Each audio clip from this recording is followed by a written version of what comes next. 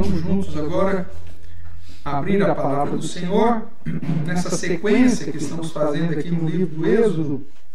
E hoje nós chegamos aqui no final do capítulo 35 e vamos adentrar aí o capítulo 36.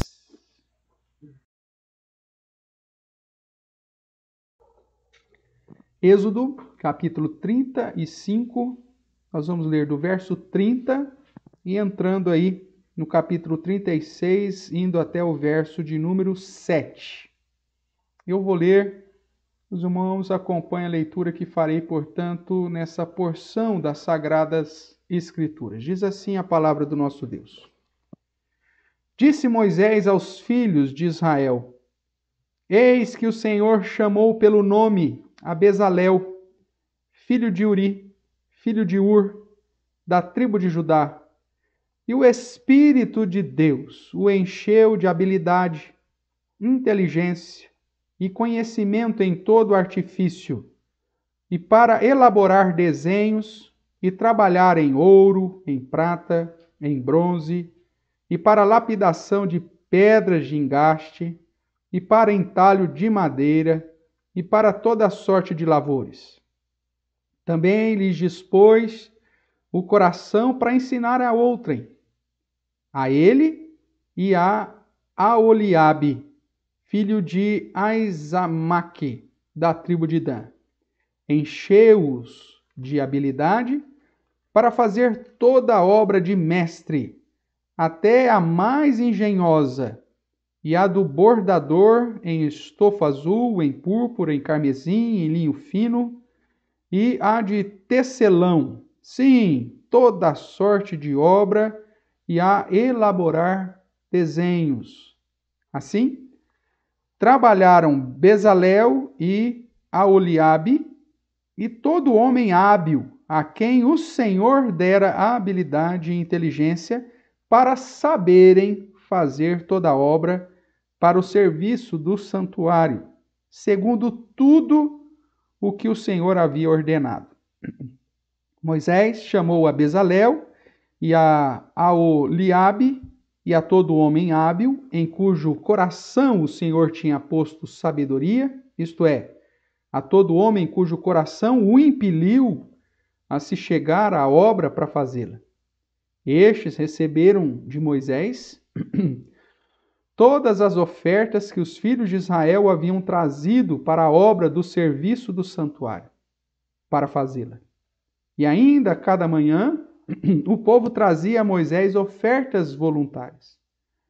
Então, deixando cada um a obra que fazia, vieram todos os homens sábios que se ocupavam em toda a obra do santuário e disseram a Moisés: O povo traz muito, mais do que é necessário para o serviço da obra que o Senhor ordenou se fizesse. Então, ordenou Moisés, e a ordem foi proclamada no arraial, dizendo: Nenhum homem ou mulher faça mais obra alguma para a oferta do santuário. E assim o povo foi proibido de trazer mais, porque o material que tinham era suficiente para toda a obra que se devia fazer e ainda sobejava. Amém. Oremos mais uma vez, irmãos. Pai, obrigado pela leitura da Tua palavra e obrigado pelo registro, ó Deus, da ação do Senhor na vida dos nossos irmãos no passado e que serve de princípio, de ensino, de instrução para nós hoje. Que Teu Santo Espírito também nos ilumine, nos conduzindo ao entendimento da Tua palavra e, além disso, ó Deus, a aplicação em nossa própria vida, de modo que possamos glorificar ao Senhor através do nosso viver, na certeza que estamos no centro da Tua vontade. Fale conosco, usa-me apesar de mim mesmo, é o que também clamamos no nome santo e poderoso de Jesus. Amém. Amém, irmãos? Irmãos, e lá em Filipenses, capítulo 2, o verso 12 e 13, Paulo, falando à igreja de Filipos, vai dizer assim, o texto que está projetado aí: desenvolvei a vossa salvação com temor e tremor. Vamos parar aqui. Veja que há um imperativo do apóstolo Paulo jogando a responsabilidade sobre você em desenvolver a salvação. A responsabilidade de você atuar para desenvolver a salvação com temor e tremor. E aí ele continua. Porque Deus é quem efetua em vós tanto o querer como o realizar segundo a sua boa vontade. Parece que nós temos aqui um conflito. Parece que não há coerência nessa afirmação de Paulo. Se eu tenho que desenvolver a minha salvação, como é que Deus efetua em mim tanto o querer quanto o realizar? Essa é uma das questões, né? A velha relação entre a responsabilidade humana versus a soberania de Deus. Fazendo um resumo bem rápido e simples, todo homem natural é nascido em pecado e a palavra diz que nós estamos mortos. E, portanto, toda obra que nós fazemos não tem valor alguma porque espiritualmente estamos mortos. Mas quando Jesus vem e nos dá vida, quando nós ainda estávamos mortos, isso Efésios capítulo 2 vai dizer, ele vos deu vida, estando vós mortos, os vossos delitos e pecados, né? E ele justamente age, isso é graça de Deus, a salvação é fruto da graça, não de obras, para que ninguém se glorie, mas é dom gratuito de Deus, até a fé para nós crermos, é um dom que vem, é um presente que vem de Deus. E ele reafirma lá em Efésios 2,9, não de obras, para que ninguém se glorie. Mas ao mesmo tempo, no verso 10, ele diz que fomos salvos para as boas obras que Deus preparou para que andássemos nela. Né? Então, não somos salvos pelas obras, por aquilo que eu faço, mas uma vez que Cristo me salvou, agora eu tenho a responsabilidade de praticar as boas obras que glorificam e que exaltam o Senhor. Então, os convertidos, aqueles que já foram chamados em Cristo, têm a responsabilidade de desenvolver a salvação, mesmo sabendo que é Deus, o Deus soberano, é quem efetua em nós tanto o querer quanto o realizar. Portanto, na tarefa do Senhor, na vida cristã, irmãos, nós temos que equilibrar essas duas verdades bíblicas. O que eu faço e eu deixo de fazer é minha responsabilidade.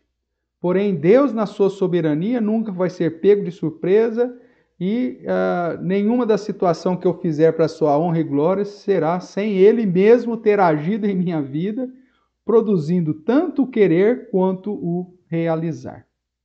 Então, nós somos chamados a desenvolver a nossa salvação sabendo que Deus é quem age em nós. Né? Você vai para vários outros textos, você pega Levítico, por exemplo, quando nós temos o imperativo de sermos santos, ele diz, sede santos, é uma ordem, como eu sou santo, e logo no versículo abaixo ele diz, eu sou o Senhor que vos santifico.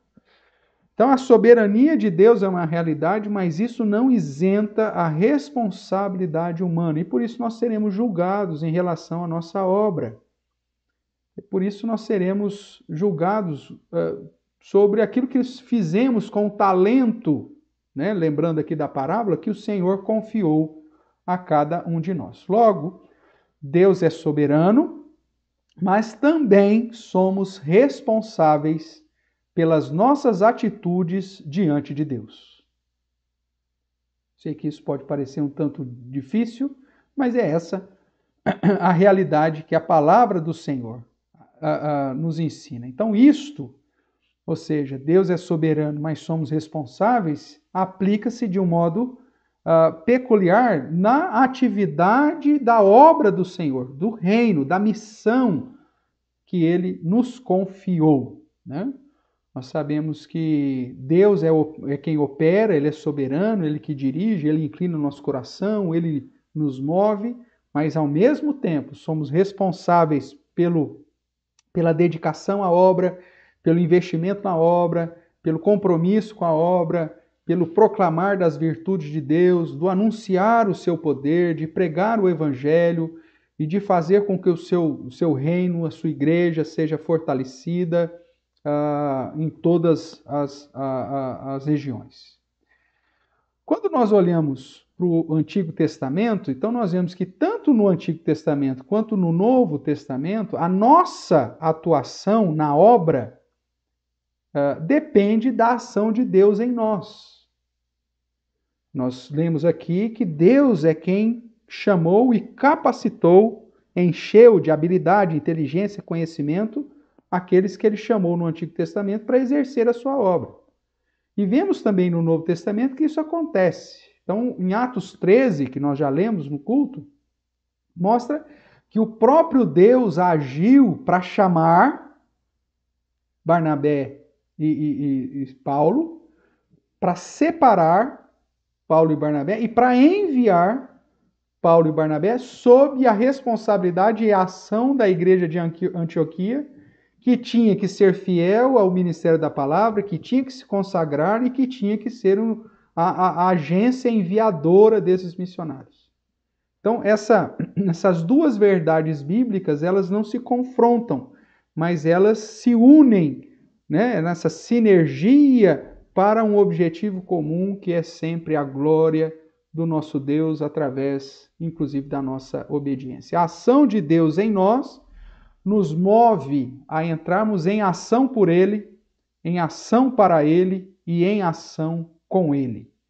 Foi assim também na geração do deserto, ou na assembleia, né, do deserto, ou na congregação do deserto, como Lucas chama o povo do Antigo Testamento, quando da construção do tabernáculo.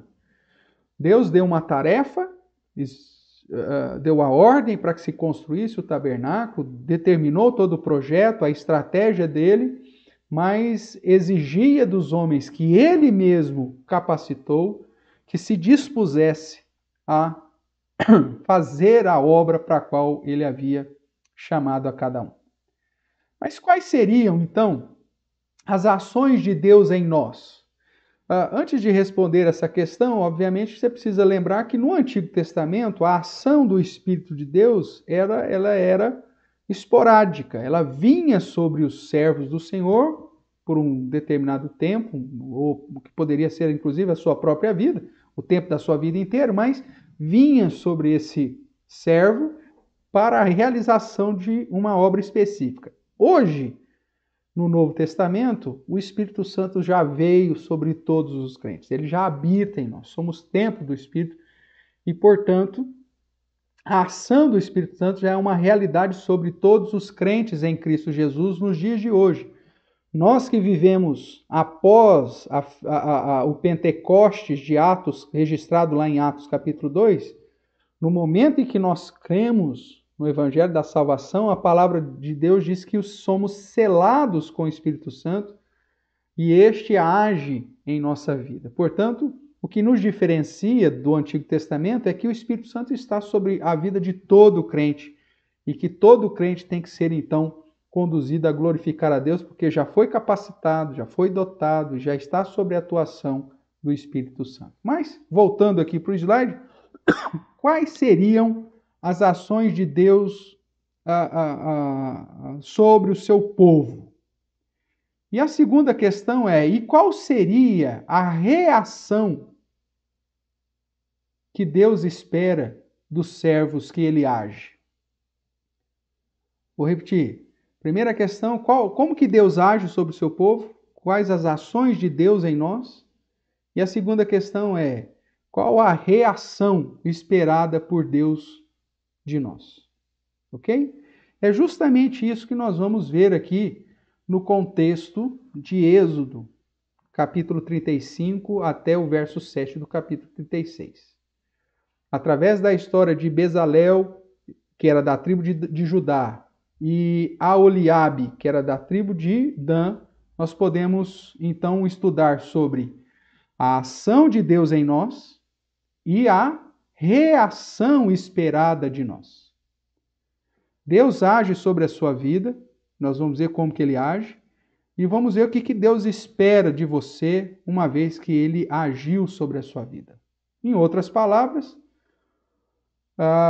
qual é a soberania de Deus e qual que é a sua responsabilidade diante da ação de Deus e daquilo que Ele espera de você na obra que Ele mesmo nos confiou. Então nós vamos dividir hoje o nosso sermão nessas duas partes maiores.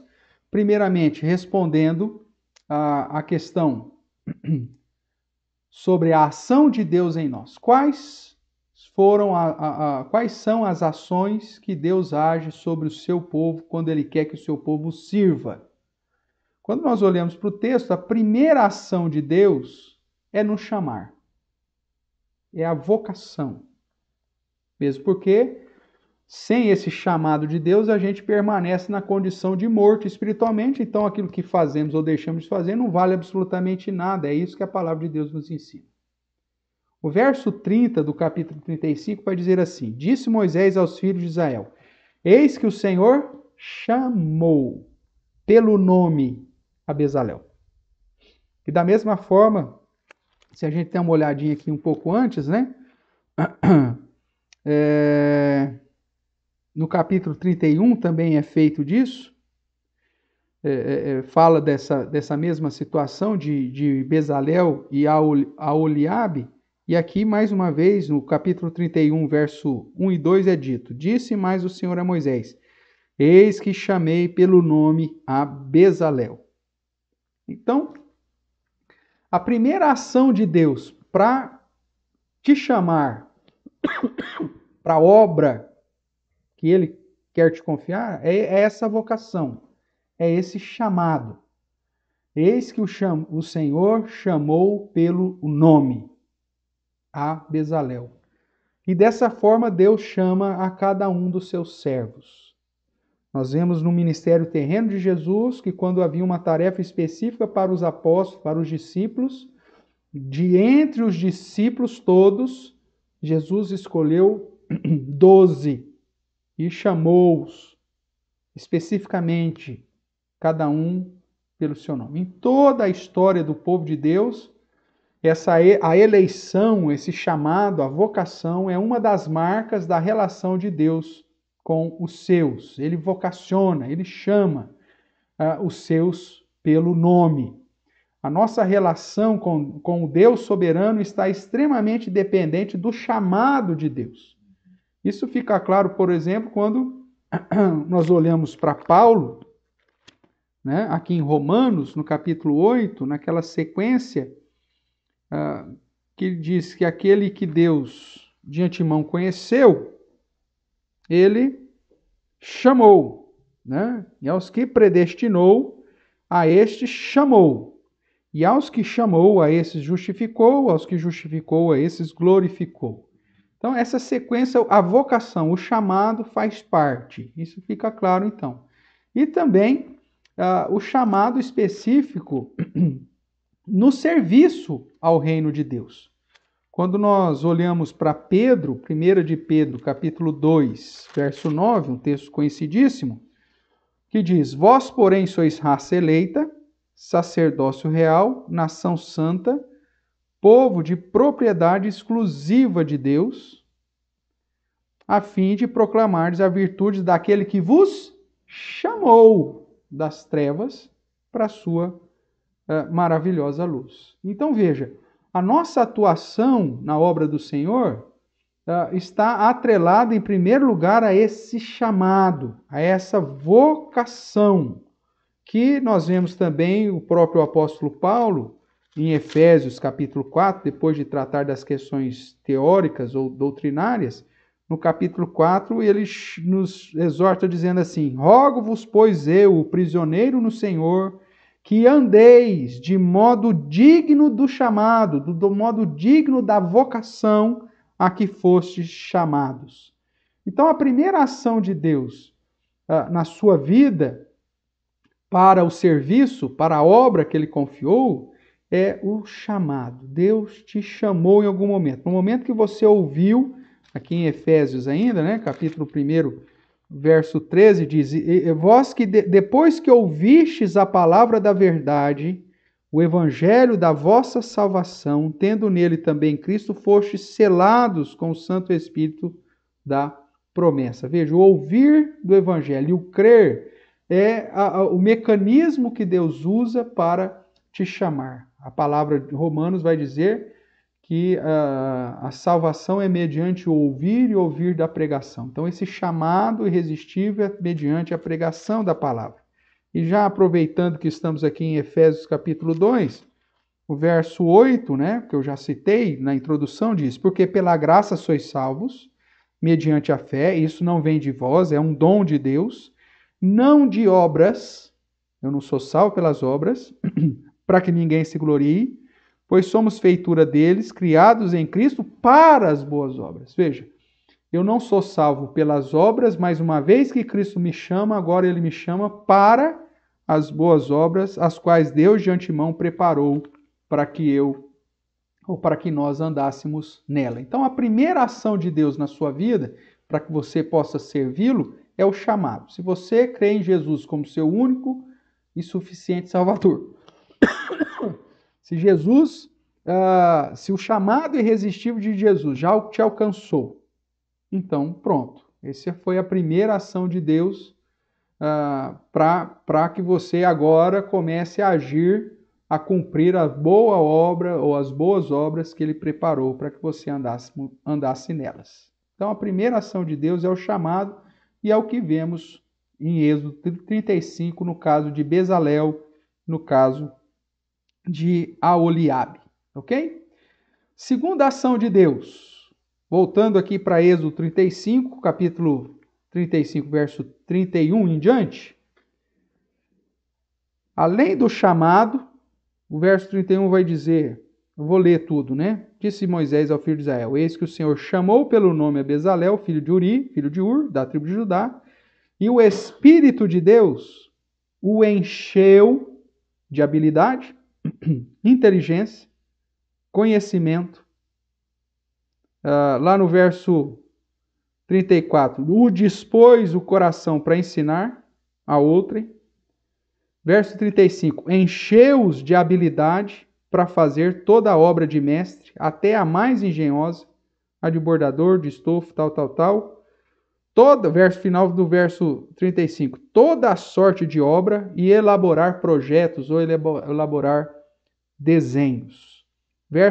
Capítulo 36 ainda. Assim trabalharam Bezalel e Aholiabe e todo homem hábil a quem o Senhor dera habilidade. Ou seja, as pessoas que estavam habilitadas para fazer a obra é porque o Senhor havia dado habilidade e inteligência para saberem fazer toda a obra para o serviço do santuário.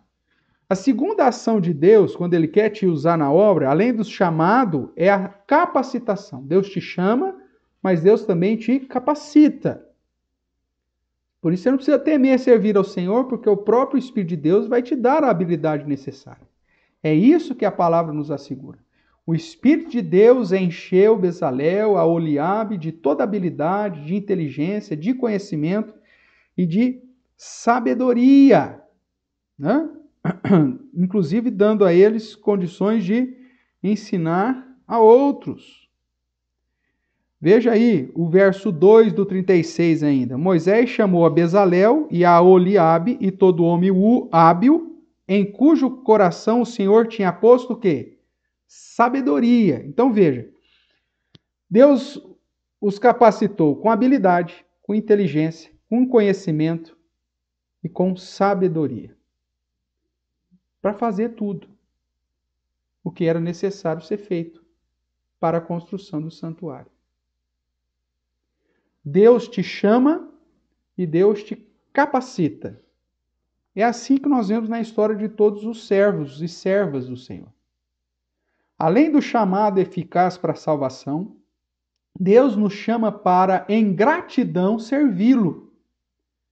Mas para isso, Ele mesmo nos dota e nos capacita com talentos naturais, tanto com talentos naturais quanto com dons espirituais. Todos nós já nascemos com alguns talentos que foram dados pelo Senhor. E quando somos chamados, Ele então nos dota espiritualmente e até mesmo transforma esses talentos inatos e naturais em dons espirituais para a honra e glória do seu santo nome. Quando nós olhamos lá para 1 Coríntios capítulo 12, do verso 4 em diante, que fala dos dons e da capacitação dos dons que Deus dá, o Deus Trino, né? O Deus Pai, o Jesus e o Espírito Santo concede a cada um como lhe apraz, visando um fim proveitoso. E quando nós cruzamos a informação com Efésios 4:12, dons para a edificação do corpo de Cristo, então nós vemos que Deus, quando nos chama, Ele nos capacita. Ele dá os dons necessários para a realização da obra que Ele te chamou e da obra que Ele te confiou.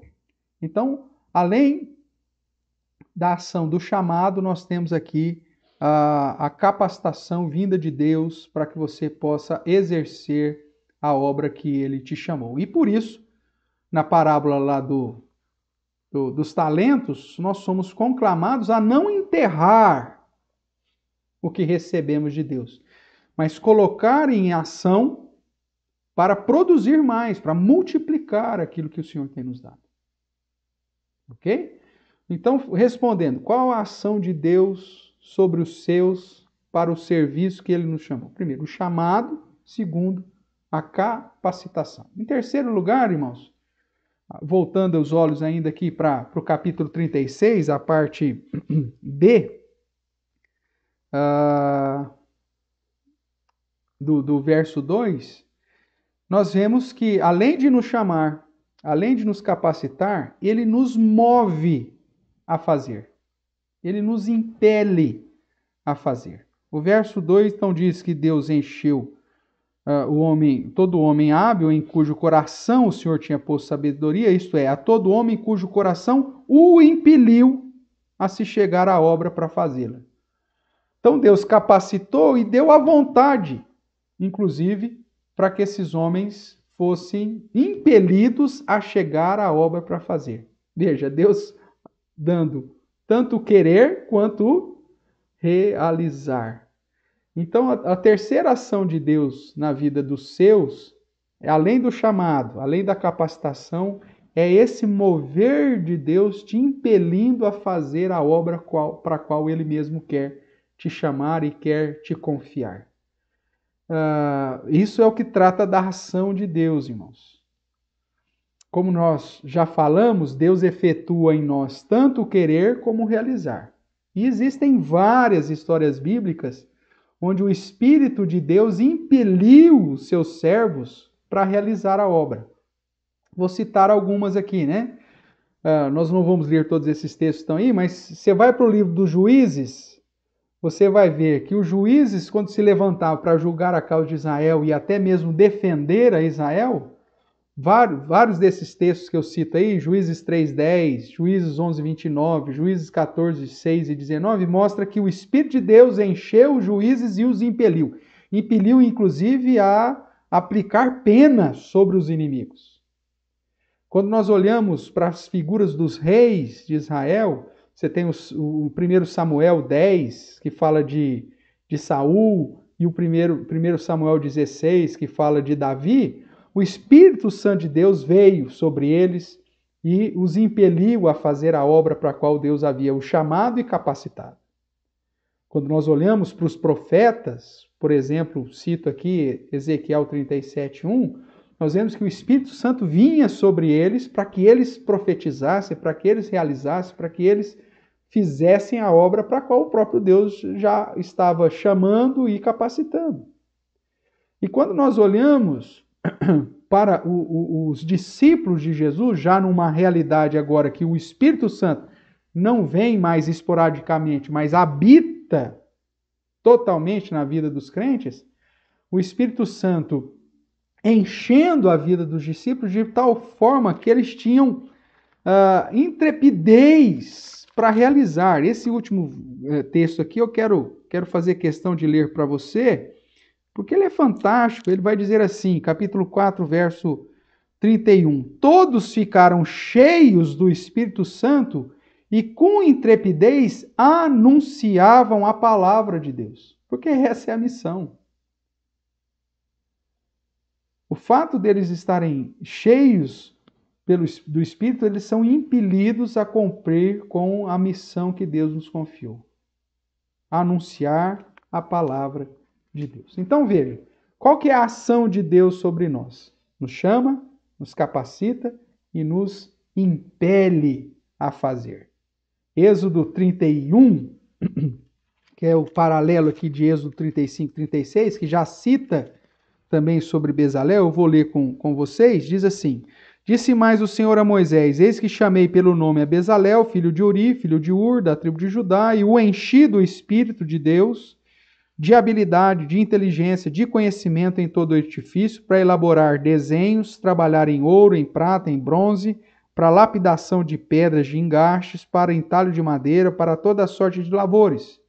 E eis que lhe dei por companheiro a Oliabe, filho de Aizamaque, da tribo de Dan, e dei habilidade a todos os homens hábeis para que me façam tudo o que tenho ordenado. E aí então passa-se a construção da tenda da congregação, de todos os móveis, de todos os utensílios. Veja, Êxodo 31 afirma que Deus o encheu do seu espírito. Não só encheu de habilidade, como diz o capítulo 35, 36, né? Não só lhe deu habilidade, inteligência, conhecimento e sabedoria, mas Deus o encheu do próprio Espírito. Veja aí, lê novamente comigo o verso 3 do capítulo 31.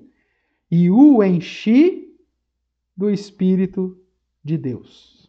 Então veja, quando você é chamado pelo Senhor, é recebido, né, recebe a vida em Cristo Jesus pela graça da salvação, Ele te chama para as boas obras. Ele não chama ninguém para ficar aí sentado observando a banda passar.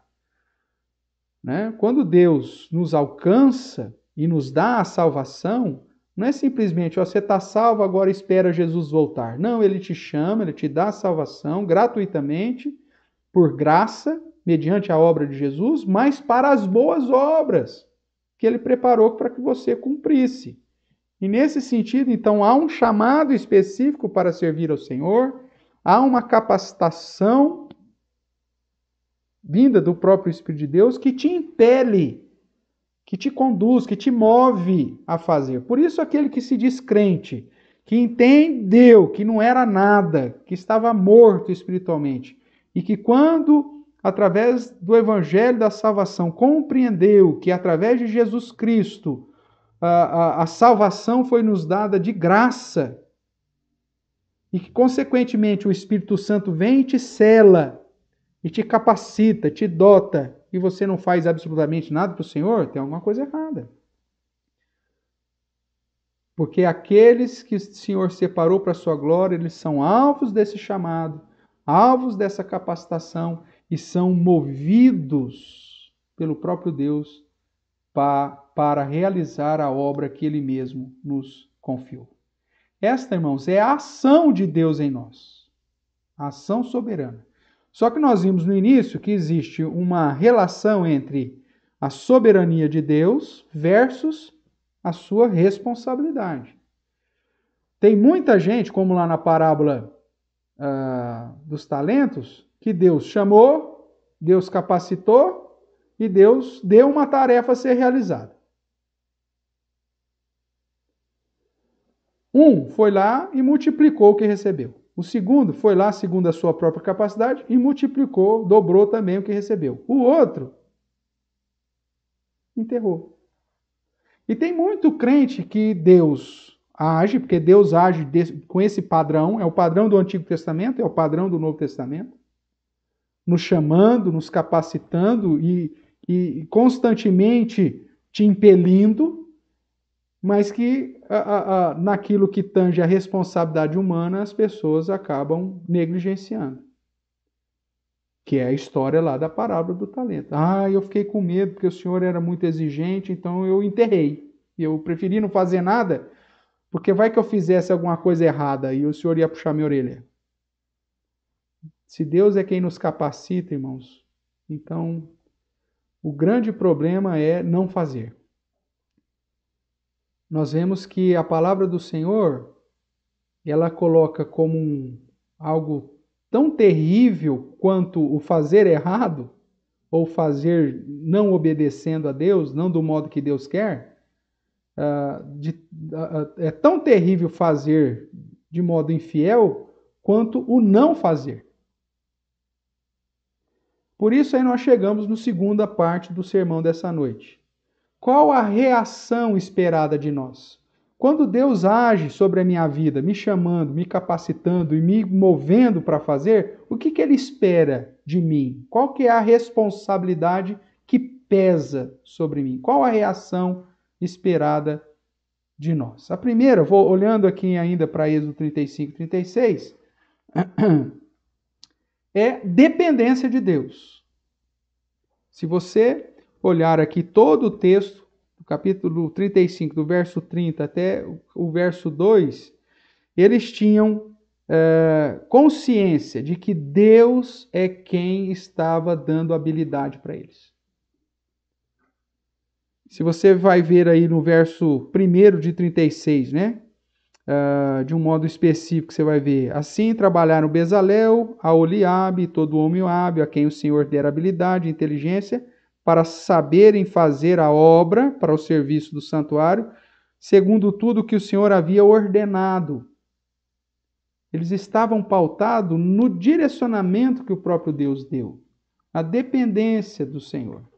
Foi Deus quem os chamou, foi Deus quem os encheu de sabedoria, de inteligência, foi Deus que deu habilidade, foi Deus que colocou e pôs sabedoria no coração deles. Logo, eles faziam e reagiam sabendo que estavam debaixo da dependência de Deus. Essa é a primeira reação. Tudo que nós formos realizar para o Senhor, realizarmos na dependência do Senhor. A consciência de que tudo que somos, tudo que possuímos, e que a nossa capacidade não vem de nós mesmos, mas vem de Deus, e nos é aplicado pela bondade do próprio Deus, deve nos conduzir a viver e a servir de modo dependente do Senhor. Aquele que confia nos seus próprios esforços acaba dando em nada. Nós precisamos depender do Senhor. É Deus quem opera tanto o querer quanto o realizar, mesmo Ele exigindo que nós desenvolvemos a salvação com temor e tremor.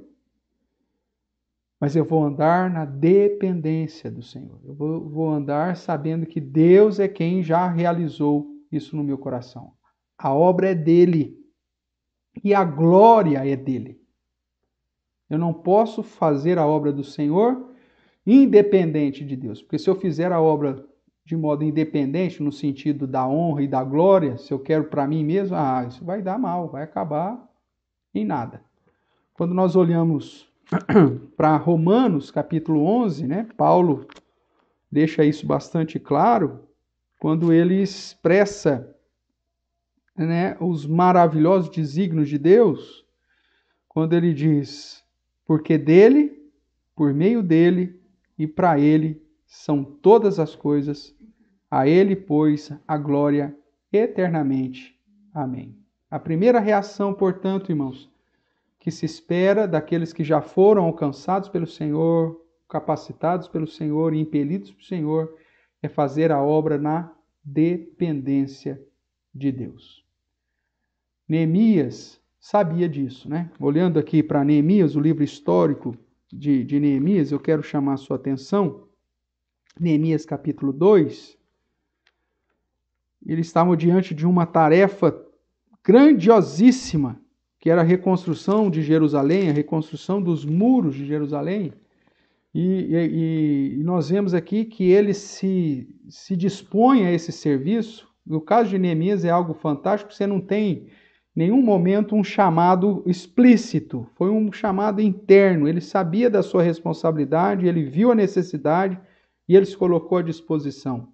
E Deus respondeu às suas orações, confirmando, portanto, o seu chamado, a sua capacitação e, ao mesmo tempo, impelindo ele a fazer o que tinha que ser feito. O verso 20 do capítulo 2, ele sintetiza esse entendimento de Neemias. Neemias capítulo 2, verso 20 diz assim, porque os opositores, né, o Sambalate, o Tobias e o Gesem, você está doido, Neemias? Como que você vai fazer uma obra desse tamanho? Você quer se levantar contra os persas? Você tá maluco? Aí veja qual foi a resposta de Neemias no verso 20. Então lhes respondi: o Deus dos céus é quem nos dará bom êxito. Nós, seus servos, nos disporemos e reedificaremos.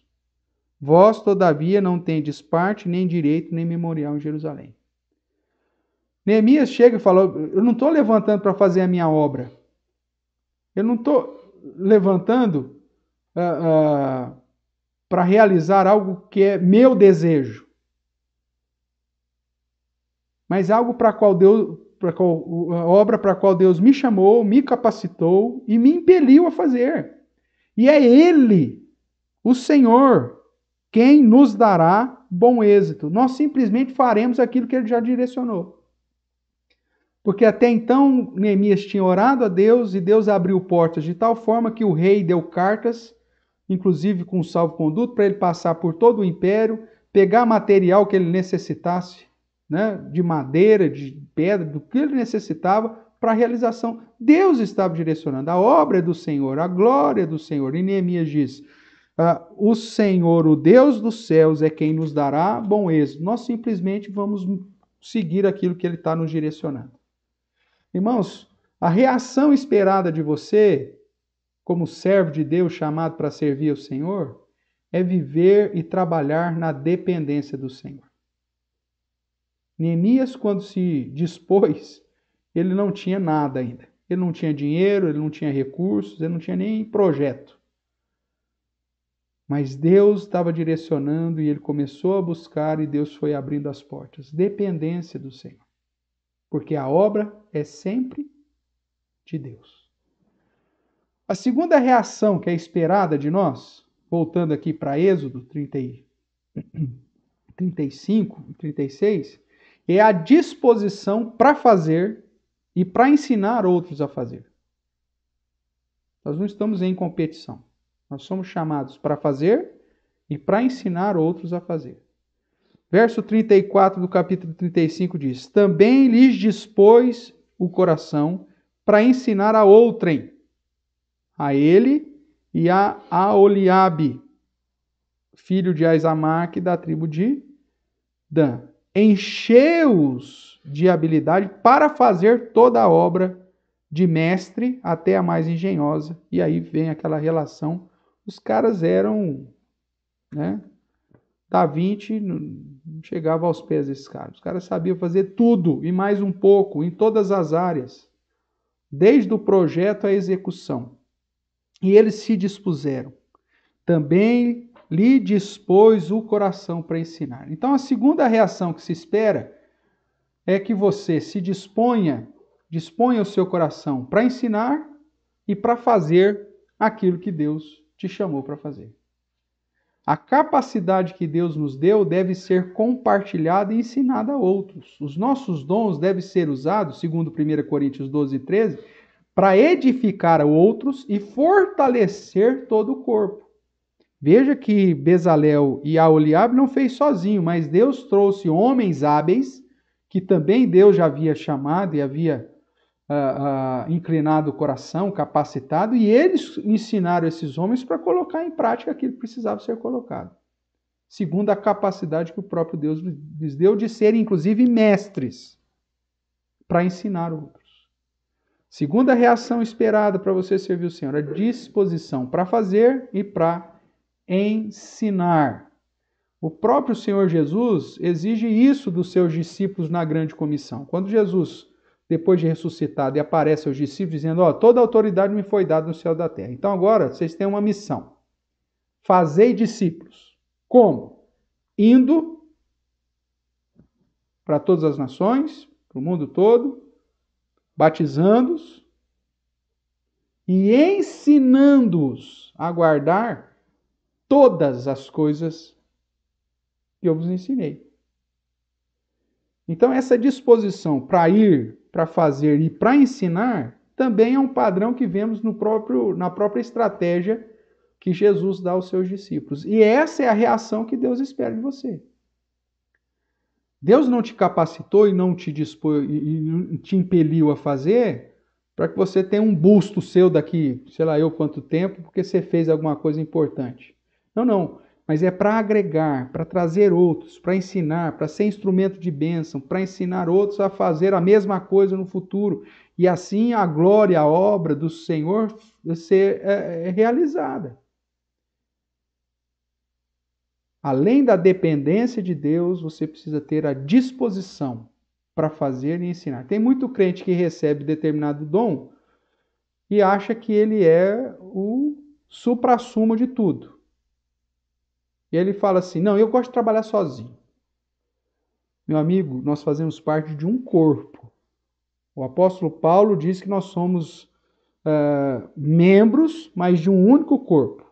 Um braço não pode sair para um lado e falar, eu vou fazer sozinho. A pessoa que não consegue usar a capacidade que Deus lhe deu para ensinar outros e para fazer, é um egoísta. É o cara que pensa que ele vai para o céu sozinho. Nós somos chamados a agregar, a ensinar, a compartilhar, a abençoar. Não existe um ministério de um homem só. A igreja é a união de todos os seus membros. E cada um recebe um dom específico para glorificar a Deus na edificação do corpo. E isso te conduz a fazer, mas também te conduz a ensinar. A compartilhar da habilidade que Deus lhe deu para outros e até mesmo para que outros possam exercer o dom que o próprio Deus também tem lhe dado. Então, dependência, disposição para fazer e ensinar. Terceira reação. Capítulo 36, verso 1. Assim trabalharam Bezalel, a Oliabe e todo homem hábil, a quem o Senhor dera habilidade e inteligência para saberem fazer toda a obra para o serviço do santuário. Presta atenção agora. Segundo tudo o que o Senhor havia ordenado. A terceira reação esperada do servo é obediência às ordens. Segundo tudo o que o Senhor havia ordenado. A estratégia de Deus, o plano de Deus, o projeto é de Deus, as designações são de Deus, a gente só vai executar segundo a ordem que foi dada. O projeto de Deus, quando revelado e explicitado, deve ser executado de um modo obediente e fiel. Não podemos agir segundo o nosso próprio querer, mas segundo tudo aquilo que Deus ordenou. Bezalel não podia fazer o tabernáculo triangular. Ah, mas triangular vai ficar tão bonito. Não, Deus já havia dado as medidas, meu amigo. Você tinha que fazer ele retangular e pronto, acabou.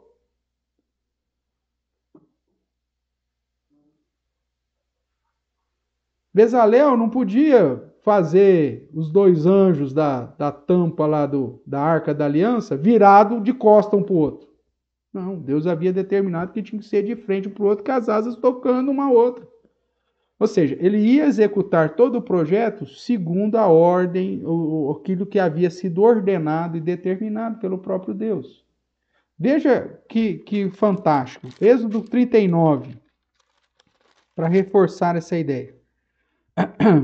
Se você observar, desde o capítulo 39, verso 1, eu vou chamar a atenção sempre para o final dos versos, tudo bem? Se você quiser acompanhar aí, Êxodo 39, verso 1. Tudo que eles fizeram aqui, né? Fizeram também de estofa, azul púrpura, blá, blá, blá, no final do verso 1. Como o Senhor ordenara a Moisés. Verso 5, finalzinho do verso 5. Fizeram o cinto de não sei do que, parará, pipipi, segundo o Senhor ordenara a Moisés. O verso 7. Segundo o Senhor ordenara a Moisés. E aí você vai ver tudo que eles vão fazendo, e aí se repete o verso 21. Segundo o Senhor ordenara a Moisés. Verso 26. segundo o Senhor ordenara a Moisés. Verso 31, segundo o Senhor ordenara a Moisés. Verso 32, assim se concluiu toda a obra do tabernáculo, da tenda da congregação, e os filhos de Israel fizeram tudo segundo o Senhor tinha ordenado a Moisés. Verso 42 desse mesmo capítulo. Tudo segundo o Senhor ordenara a Moisés, assim fizeram os filhos de Israel toda a obra. Viu, pois, Moisés toda a obra, e eis que a tinham feito segundo o Senhor havia ordenado. E assim a fizeram, e Moisés os abençoou. Ou seja, a terceira reação que Deus espera de você é a obediência, meu irmão. Fazer tudo conforme o Senhor te ordenou. Ah, mas nós não podemos mudar a liturgia. Ah, nós não podemos mudar o jeito de adorar o Senhor. Ah, nós não podemos mudar o ministério. Nós não podemos inventar um ministério diferente. Nós não podemos... Não, meu amigo. Você foi chamado para a obra e você vai fazer segundo o que Deus te ordenou. Nós não podemos mudar a ênfase do evangelho. Esse negócio de falar de condenação, as pessoas ficam constrangidas. Não, meu amigo. Você vai fazer segundo tudo que o Senhor havia ordenado. Pastor, não dá para pôr umas dançarinas aqui, umas moças bonitas, de umas colãs, com os colãs grudados, para ficar dançando em cima do altar, para chamar mais jovens. Não, meu amigo, você vai fazer segundo tudo que o Senhor havia ordenado. Pastor, nós não podemos fazer um ministério diferente aqui para o ministério do arco-íris, para a gente poder receber as pessoas que querem continuar vivendo uma vida promíscua, mas que amam Jesus. Não, meu amigo, você vai fazer tudo segundo o que o Senhor havia ordenado. Ou seja, você vai ser fiel, meu amigo, e obediente naquilo que a palavra do Senhor revela. Mas, pastor, o mundo mudou, mas Deus é o mesmo ontem, hoje e eternamente. E a reação que Deus espera de você é dependência, é disposição para fazer, para ensinar e obediência a tudo aquele que Ele te ordenou. Quarta reação que eu quero chamar a sua atenção. Quarta reação. Capítulo 36 ainda.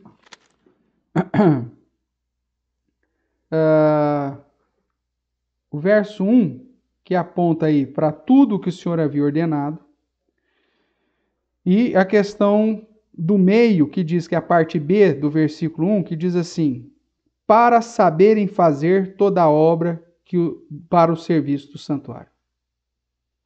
Você vai realizar a obra que Deus chamou? Aquela que você sabe fazer. Se Deus te deu o dom para aquilo, então é aquilo que você vai fazer. Se Deus não te chamou para aquilo, não te capacitou para aquilo, não se meta naquilo. Você tem que ir para a obra que você sabe fazer a obra. Ah, mas eu queria tanto cantar. Mas se Deus te deu esse dom, meu amigo. Se Deus não te deu o dom de cantar, meu amigo, não canta. Você vai abrir e fechar a cortina. Porque Deus vai te capacitar para abrir e fechar a cortina. Ah, mas eu queria tanto tocar bateria. Mas você não tem o dom para fazer isso, meu amigo? Você vai carregar o som. Você tem que fazer as coisas dentro daquilo que Deus te capacitou para fazer. Porque quando você, por teimosia, quer fazer alguma coisa, você não é honesto com a obra.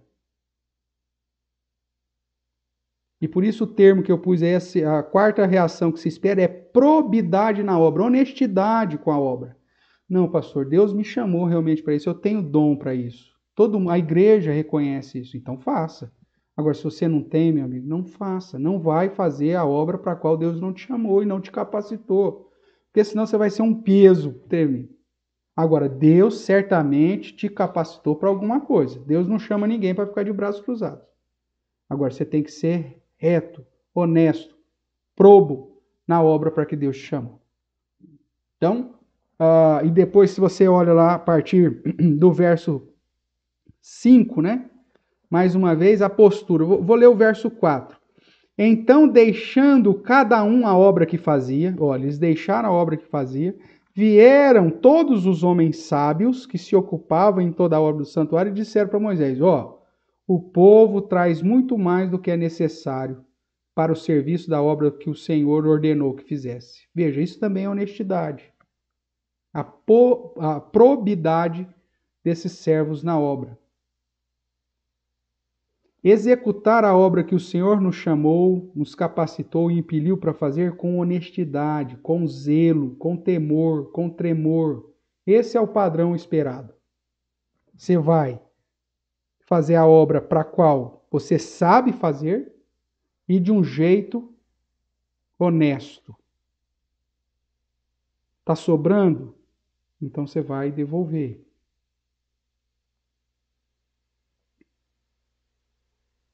Você não vai desperdiçar os recursos que porventura Deus motivou as pessoas a trazerem para a obra.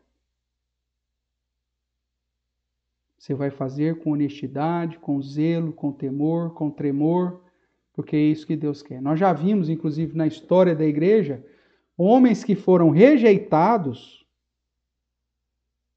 por falta de retidão e integridade. É o caso de Saul, por exemplo.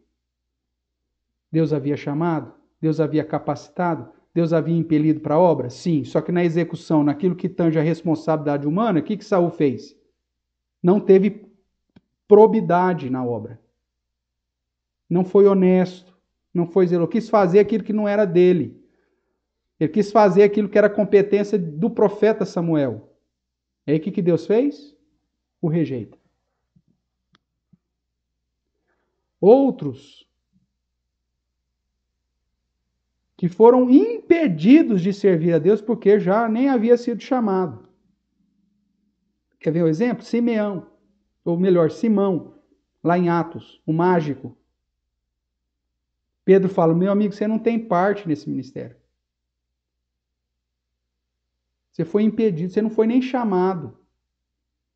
Tem muita gente na igreja que fala assim, pastor, vamos chamar o fulano, ele não é crente, ele não é crente.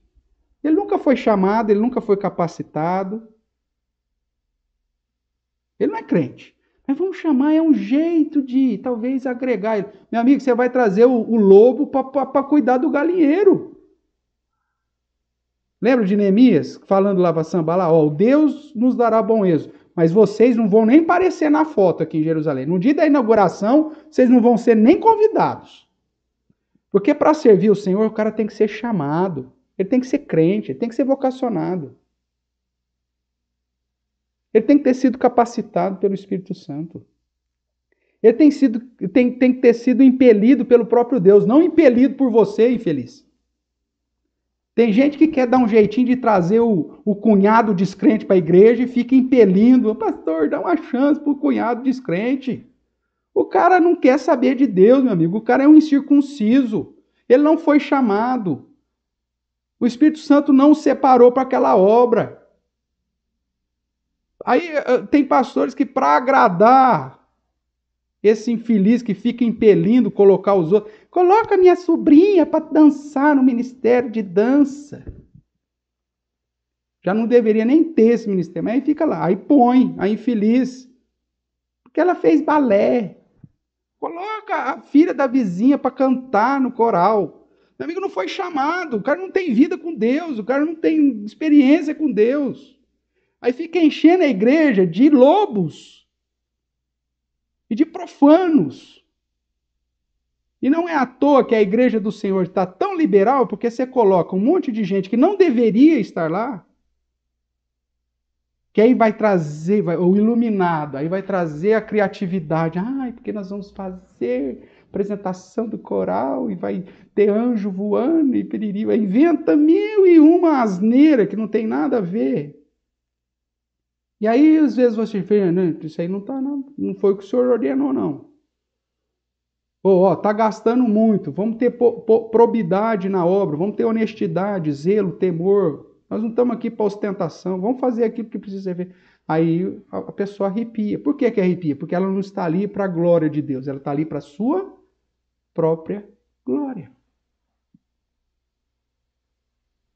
A igreja acaba trazendo os lobos para dentro dela. Os carnais, os profanos para dentro dela.